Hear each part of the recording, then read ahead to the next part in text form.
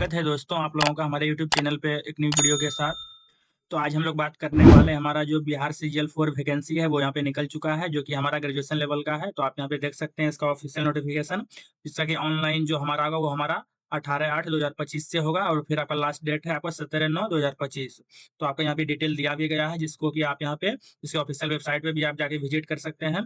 यदि पोस्ट की बात करें तो पोस्ट आपका यहाँ पे है सहायक प्रशाखा पदाधिकारी जो कि आपका वेतन लेवल 7 का है। इसमें आपका दिया गया है जो आपका क्वालिफिकेशन होना चाहिए वो आपका कोई भी स्नातक डिग्री होना चाहिए, प्लस में आपका कोई भी तकनीकी योग्यता इसमें नहीं मांगा जा रहा है। फिर आपका दूसरा जो है योजना सहायक, ये भी आपका पे लेवल 7 का जॉब है जो कि आपका इसमें मिनिमम आपको ग्रेजुएशन कोई भी सब्जेक्ट में होना चाहिए। फिर आपका यहाँ पे है कन्या संख्यांकी सहायक जो कि आपका ये भी लेवल 7 का है, जिसमें कि आपका दिया गया है जो आप ग्रेजुएशन किए रहेंगे वो आप गणित या अर्थशास्त्र नहीं तो वाणिज्य या संख्यांकी विषय से स्नातक आपको उत्तीर्ण होना पड़ेगा।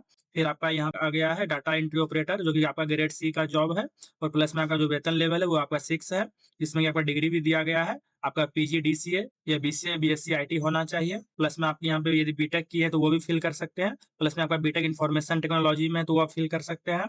फिर यहाँ पे आपका दूसरा पोस्ट के लिए है अंकेक्ष निदेशालय में जो कि आपका वेतन लेवल 5 का है और प्लस में इसमें भी आपका दिया गया है जो आपका ग्रेजुएशन रहेगा वो आपका यहाँ पे सब्जेक्ट यहाँ पे दिया गया है वाणिज्य नहीं तो अर्थशास्त्र हो गया, संख्यांकी हो गया अथवा गणित में किसी एक विषय में आपका मान्यता प्राप्त विश्वविद्यालय से आपके पास डिग्री होना चाहिए।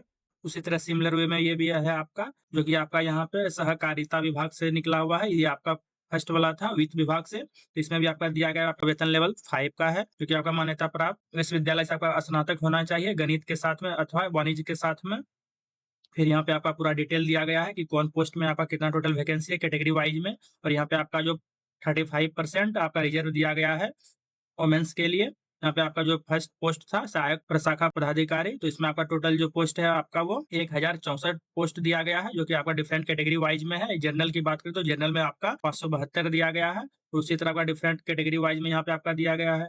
सिमिलर वे में आपका जो योजना सहायक है उसका आपका टोटल 88 पोस्ट दिया गया है जो कि आपका डिफरेंट कैटेगरी वाइज में है और ये आपका रिजर्व कैटेगरी के अनुसार भी है। फिर यहाँ पे आपका कन्या संख्यांकी सहायक है, इसका क्या आपका टोटल पोस्ट 5 दिया गया है। और फिर यहाँ पे डाटा ऑपरेटर की बात करें तो इसमें सिर्फ आपका 1 पोस्ट निकला हुआ है।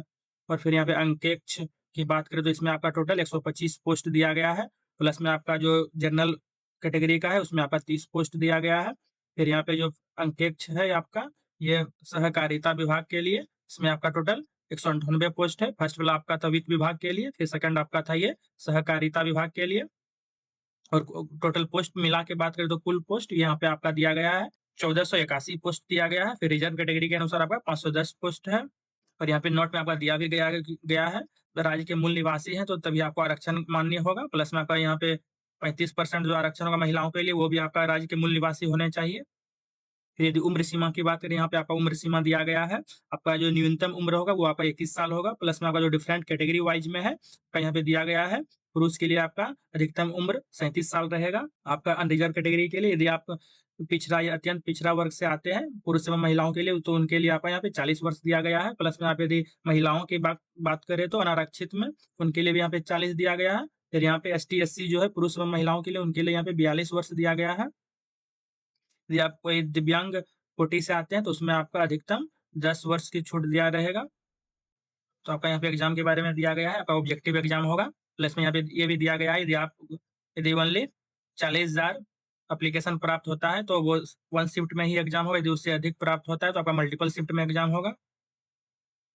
फिर यहाँ पे जो आपका सब्जेक्ट रहेगा उसके बारे में दिया गया, आपका समान अध्ययन रहेगा, आपका समान विज्ञान एवं गणित रहेगा और आपका जो रीजनिंग है उससे रिलेटेड यहाँ पे क्वेश्चन रहेंगे। यहाँ पे टोटल आपका 150 क्वेश्चन रहेगा जो कि आपका यहाँ पे टाइम भी दिया गया है 2 घंटा 15 मिनट दिया रहेगा। प्लस में आपका यहाँ पे नेगेटिव मार्किंग भी दिया गया है। यहाँ पे आपका जो सिलेबस है उसके बारे में भी डिटेल में आपका सिलेबस दिया गया है कि कौन से सब्जेक्ट में कौन कौन सा पार्ट रहेगा, तो उसको आप देख लीजिएगा। प्लस में यहाँ पे आपका दिया गया है क्वालिफाइंग मार्क्स कि डिफरेंट कैटेगरी के अनुसार आपको क्वालिफाई करना पड़ेगा मिनिमम इतना, तभी आप सेकंड एग्जाम के लिए अपीयर हो सकते हैं। फिर यहाँ पे फी के बारे में दिया गया, आपका फी जो है आप यदि जनरल कैटेगरी या ओबीसी से आते हैं तो यहाँ पे आपका दिया गया 540 रुपया लगेगा पुरुष के लिए। यदि आप एसटी एससी से आते हैं, आप बिहार के निवासी हैं तो उनको आपको 135 रुपया देना पड़ेगा। तो सिमिलर वे में आपका दिव्यांग कोटि के लिए भी दिया गया है 135 रुपया यहाँ पे। तो यदि आप बिहार के महिलाएं हैं, बिहार के निवासी, तो आपको भी 135 रुपया देना पड़ेगा। फिर बिहार के बाहर के जितने भी कैंडिडेट हैं उनको 540 रुपया देना होगा। तो यहाँ पे आपका फीस से रिलेटेड पूरा डिटेल दिया गया। फिर फिर प्लस में यहाँ पे आपका आरक्षण का डिटेल दिया गया है। फिर यहाँ पे आपका ऑनलाइन पेमेंट के बारे में दिया गया है। आपका 18/8/2025 से लेके आपका 17/9/2025 तक ही जमा कर सकते हैं आप। फिर यहाँ पे आपका जो ऑनलाइन होगा उसके बारे में भी दिया गया है। आपका जो ऑनलाइन प्रारंभ होगा वो आपका यहाँ पे 18 अगस्त 2025 से स्टार्ट हो जाएगा प्लस में आपका। फिर आप जो फी जमा करने का डेट है वो आपका यहाँ पे 17 सितंबर 2025 दिया गया। प्लस में ऑनलाइन जो फॉर्म फिल करने का रहेगा वो आपका 19 तारीख तक दिया है। प्लस में आप जो ऑनलाइन फॉर्म फिल कीजिएगा उसमें कौन-कौन से डॉक्यूमेंट लगेंगे, आपका उसका यहाँ पे डिटेल दिया गया है, जो कि आपका यहाँ पे 10th का आपका मार्कशीट हो गया, प्लस में आपका सर्टिफिकेट हो गया और फिर आपका सिमिलर वे में आपका जो ग्रेजुएशन है उसमें भी आपका यहाँ पे दिया गया अंक प्रमाण पत्र एवं मूल प्रमाण पत्र। तो ये आपने कोई टेक्निकल डिग्री किया है तो उसमें भी आपका सेम है कि आपके पास अंक प्रमाण पत्र और मूल प्रमाण पत्र होना चाहिए। फिर आप अस्थायी निवासी के लिए आपको आवासीय प्रमाण पत्र देना पड़ेगा। फिर जाति के लिए आपको क्रीमी लेयर या अपने रिलेटेड कास्ट का आपको देना पड़ेगा। यदि आप स्वतंत्रता सेनानी से आते हैं उससे अनुसार आपको प्रमाण पत्र यहाँ पे देना होगा। फिर दिव्यांग कोटिंग का है, यदि आप एज रिलैक्सेशन के लिए बोल रहे हैं तो उसमें भी आपको अपना प्रमाण पत्र यहाँ पे देना होगा। तो आपका ये फुल नोटिफ़िकेशन निकल चुका है, इसको आपको रीड आउट कर लेना है।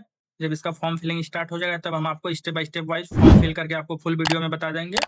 तब तक के लिए धन्यवाद। इस वीडियो को लाइक करें, हमारे चैनल को सब्सक्राइब